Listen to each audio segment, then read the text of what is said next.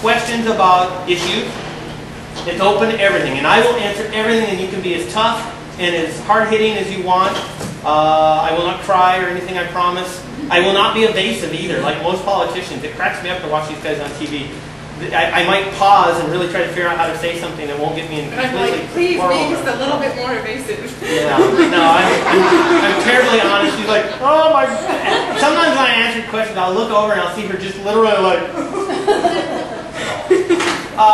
So does anyone want to go first with any ideas as far as like questions, issues, ideas on how to get the city going the right direction, anything? Who's going to be first bold? Yes? I was wondering if I could actually get a hold of you and ask some questions later. Yes. I have some stuff I have to do. Absolutely.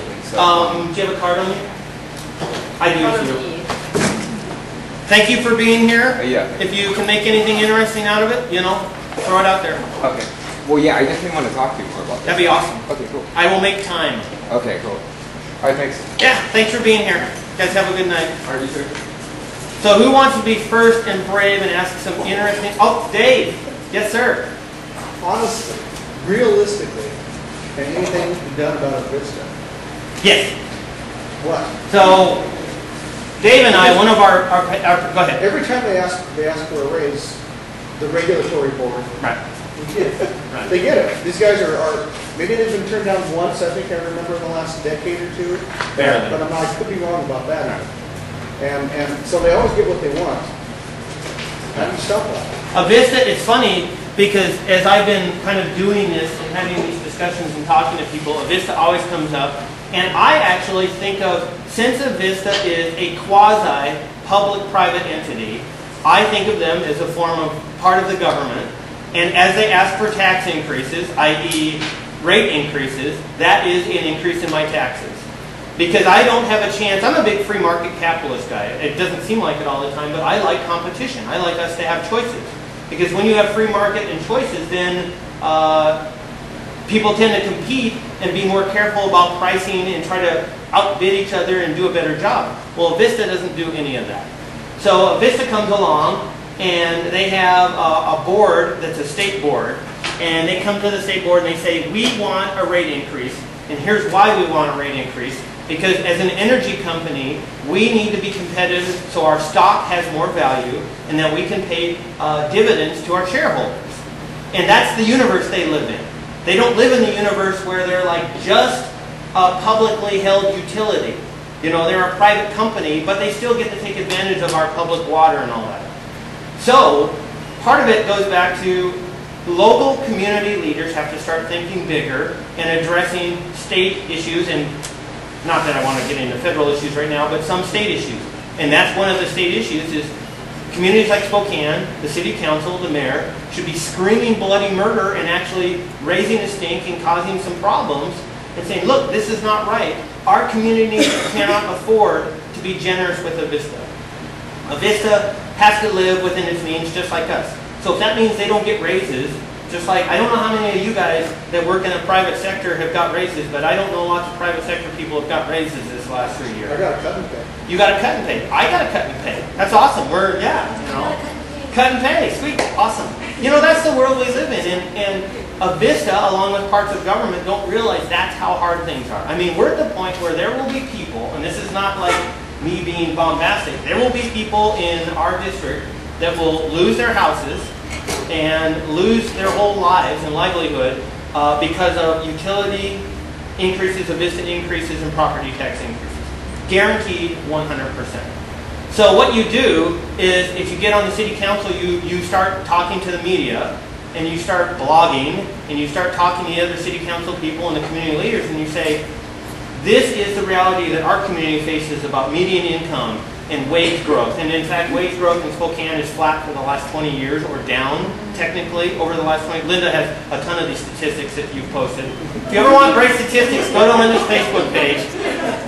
She got them all. It's great. I like it. In fact, you found another new one the other day. So, and you just have to ask yourself, is this acceptable that they get to have rate increases, that this entity, this state board, which usually is full of the same people, it's full of energy people and elected officials and those people that are way up here that are in the stratosphere and don't live the real world like us. And so that's what I'm going to do about that. And in fact, to a small business owner, when we were doorbelling businesses on Sprague, you said that they are possibly going to go under because of the water rate increases. And that's not like a big giant evil corporation, it's a small business. it was a restaurant, Yeah, and they use a lot of water because they're a restaurant. right. And the new rate increases were going to really be adverse. Well, my property taxes went up Yeah, that's what I'd like to know. 20%. How can property values go down? I don't know. My and property's worth appraisals less. go up? Yeah, that's a good question. A lot of people I know, yeah, that happened too. Yeah. Their houses are worth much less than they were a year ago, Right. 2 years ago. But Especially they're 5 years, crazy high. yeah, but their taxes went up. And I want to be fair, and I want to be open-minded. And if I'm going to have this discussion with these people, I'm going to say, look, this is the reality that we face, and this is what we perceive as this issue. So explain to us how this fairness is, because if you're a government entity or you're a quasi-government entity like Avista, you should be reflective of your local community. You can't be reflective of Seattle. You certainly can't be reflective of like New York or Los Angeles or London. I had a buddy of mine, he's a really nice guy, he's a firefighter, he's a real good friend, but he's like, well, you know, I could just move to New York as a firefighter and I could just make like $150,000. So if they don't pay me enough here, I'm going to go to New York. And I'm like, it's a whole different thing. Dana, how are you? Hi, good. Grab some food or pop or whatever. Oh, man. So, you know, his idea was that it's all equal and there's not like this different in like median incomes and standard of livings and all that. And he didn't understand that there's a huge separation. Like, to be honest, you make $100,000 in New York City, you may not be super well off.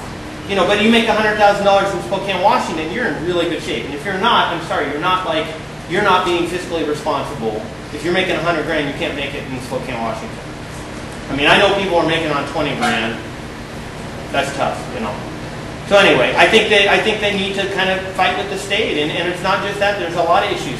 State mandates come down, and federal mandates come down, and then they act like it's pretend money. And it's like, sorry, we don't have the money to do this. So anyway.